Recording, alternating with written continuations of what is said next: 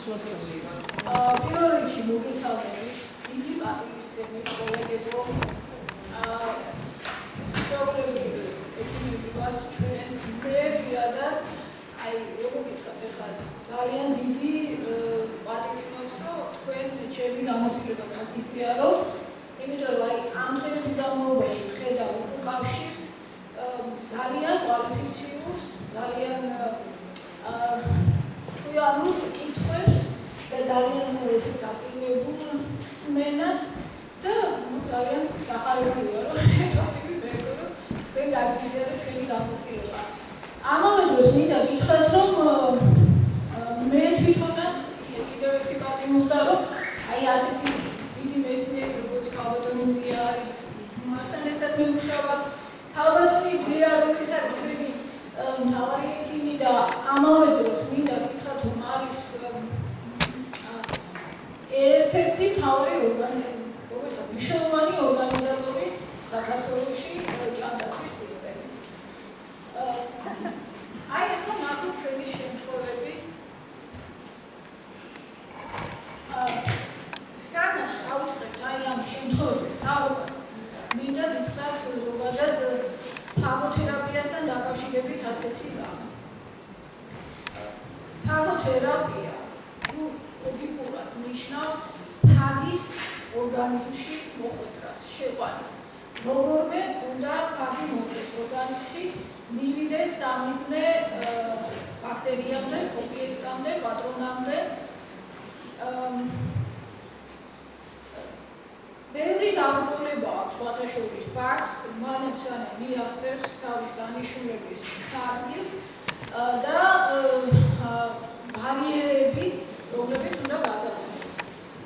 გავიგია ალბათ ისე დაინტერესებულია ხარჯებით, რომ აი პირველი ბარიერი რაც უნდა მას ეს არის ქუჩში მჭავიანობა, მაგრამ აი როგორც ალბათმა ზიანს თქვა, ჩვენი პრეპარატები ამ ყველაფრის გათვალისწინების აწება.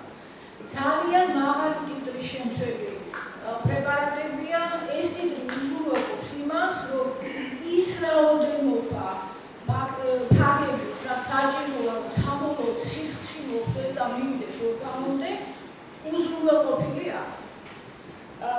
ეხლა მეორე საკითხია კიდევ ასეთი, რომ ესე იგი ფაგო პრეპარატის სისხლში გადასვლა ნაწლავიდან ასევე რაღაც განსხვავებულ ბარიერს გადის, მთლიანად 100%-ის გასვლა, იცით რა, რაც უფრო დრო გადის და აი ქალბატონზე ახსენა, რომ ძალიან დაჩქარებული ტემპები დაიწყო, ესე იგი ფაგებზე მუშაობა, კვლევები, აი კლინიკური თვალსაზრისით ამ პრეპარატების გამოყენების და აი ესეთ შესწავლილი იქნა თუ რამდენად შესაძლებელია, რომ ნაწლავის ბარიერი გადალახოს ფაგმა და მოხვდეს სისხლის მიმოქცევის სისტემაში.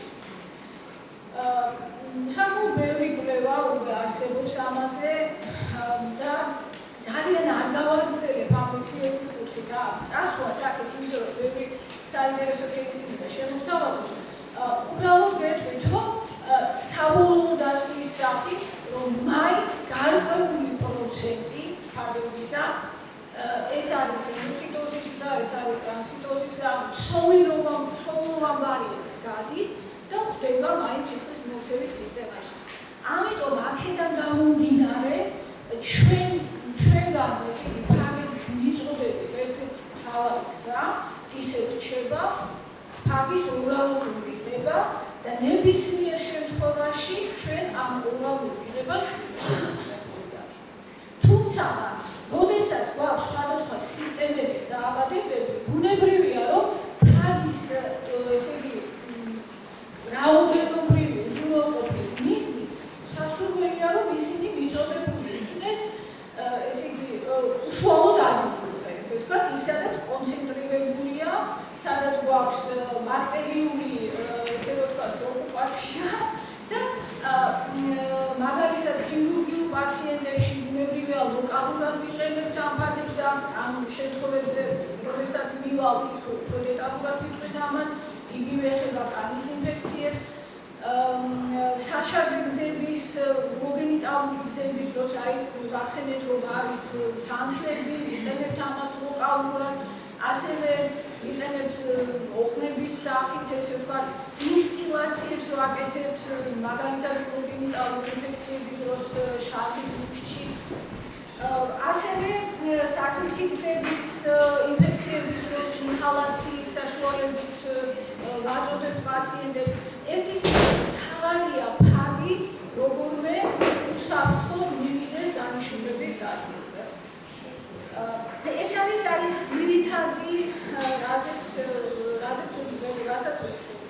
ეხლა მეორე მთავარი რა ეს არის ის რამაც მოუწია საშუალება საერთოდ ისიც აი კოლეგები გზადებით და აი ქალბატონი კოლეგის კითხვებიდან გამომდინარე რა თქმა უნდა კრიტიკულები უნდა ვიყოთ პაციენტ ამიტომ კლარ ბაზისი საფუძველი იყო ის რომ ჩვენ ვეუბნებით სწორედ ფაგის უსაფრთხოებაზე ჩატარებულ უამრავ კვლევას, უამრავ შედეგს და აი ეს გვაძლევს მორალურ და ყველანაირ უფლებას უბრალოდ მოგვცა დასაწყისში რომ დაგვეწყო ესეთი აქტიური ფაგოთერაპია.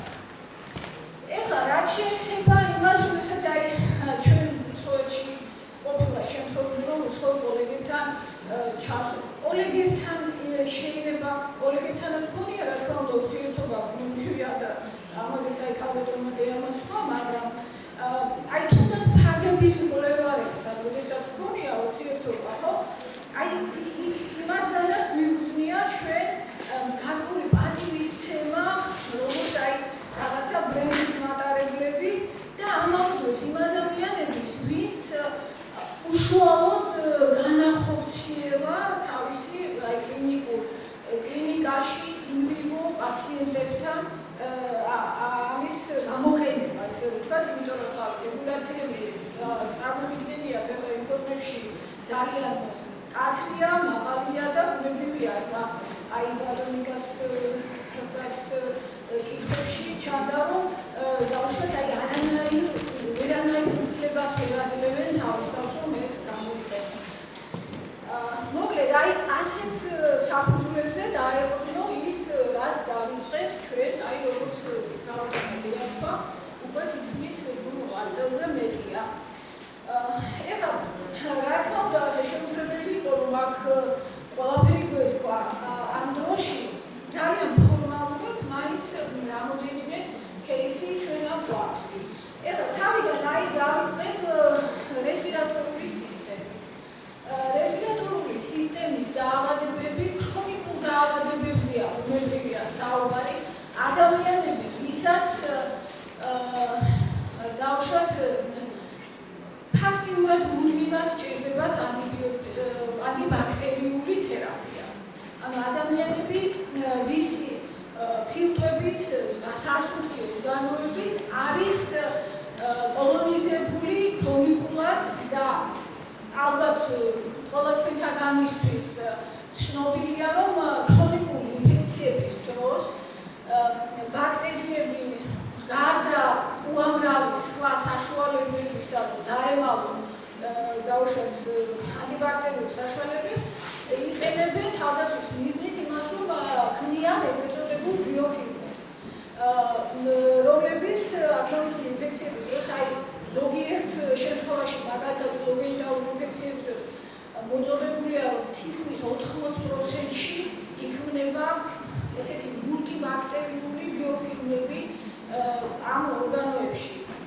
რა არის ეს მუკოპოლისაქარიდული კომპლექსებია, სადაც უჯრედშუა სივრცეებში, სადაც ფაქტურად სისხლის მოქცევა არ არის თითქმის, ამიტომ ანტიბიოტიკის შეღწევადობა, პენეტრაცია იქ ძალიან დაბალია, თითქმის ნულისტორია და ჩვენ ძალიან ხშირად შემთხვევები, როდესაც ხედავთ ანტიბიოტიკოგრამას და ძალიან კარგად მუშაობს ანტიბიოტიკი, მაგრამ ეფექტი არ არის, აი სწორედ ამის გამო და ამეთანხმებიან ჩემი კოლეგები, რომ ძალიან ბევრი კვლევა არის უკვე ჩატარებული იმაზე, რომ ფაგს აქვს საშუალება სწორედ პენეტრირება მოახდინოს ამ ბიოფილმში, ხდება ამ ბიოფილმში და ეს ძალიან დიდი უპირატესობაა მისი აი ასეთი ქრონიკული ვთქვათ, ასეთი პაციენტები ყავს ჩვენ ამ სასულთიგრების ინფექციები. ეხლა ეს პირველი შემთხვევა ეს არის ახალგაზრდა მამაკაცი, ახალგაზრდა 27 წლის მამაკაცი, იაპონიიდან იყო ჩამოსული.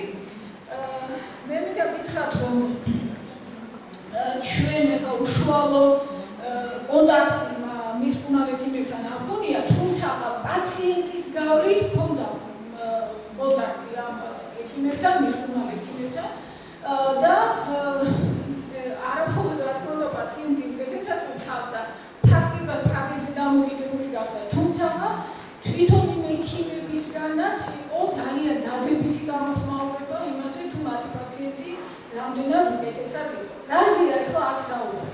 ეს არის ქრონიკული ინფექცია, ფსევდომონა აეროვინოზა, რომელიც ყველაზე ხშირია ფიბროს ინფექციებს შორის და ეს პაციენტი ბავშვობიდან იყო ალბათ და ფაქტობრივად ეს სიცოცხლე წელიწადში რამოდენიმეჯერ ჰქონდა გამწვავებები, ეს გამწვავებები გამოიხატებოდა მაღალი ტემპერატურით, ხმელით, ნაყოფის გამოყოფით, ბონქო ექსტაზიური დაავადება იყო ჩამოყალიბებული და ცხოვრების ხარისხი იყო ძალიან გაუარესებული. თოში ჩვენთან შემოსვლისას ამ პაციენტს ჰქონდა მართლაც ეს ყველა გამოხატული ნიშანი, მათ შორის თოში, მათ შორის ხარისხის უკმარისობა, პროდუქტიული ხვალა და ასე შემდეგ.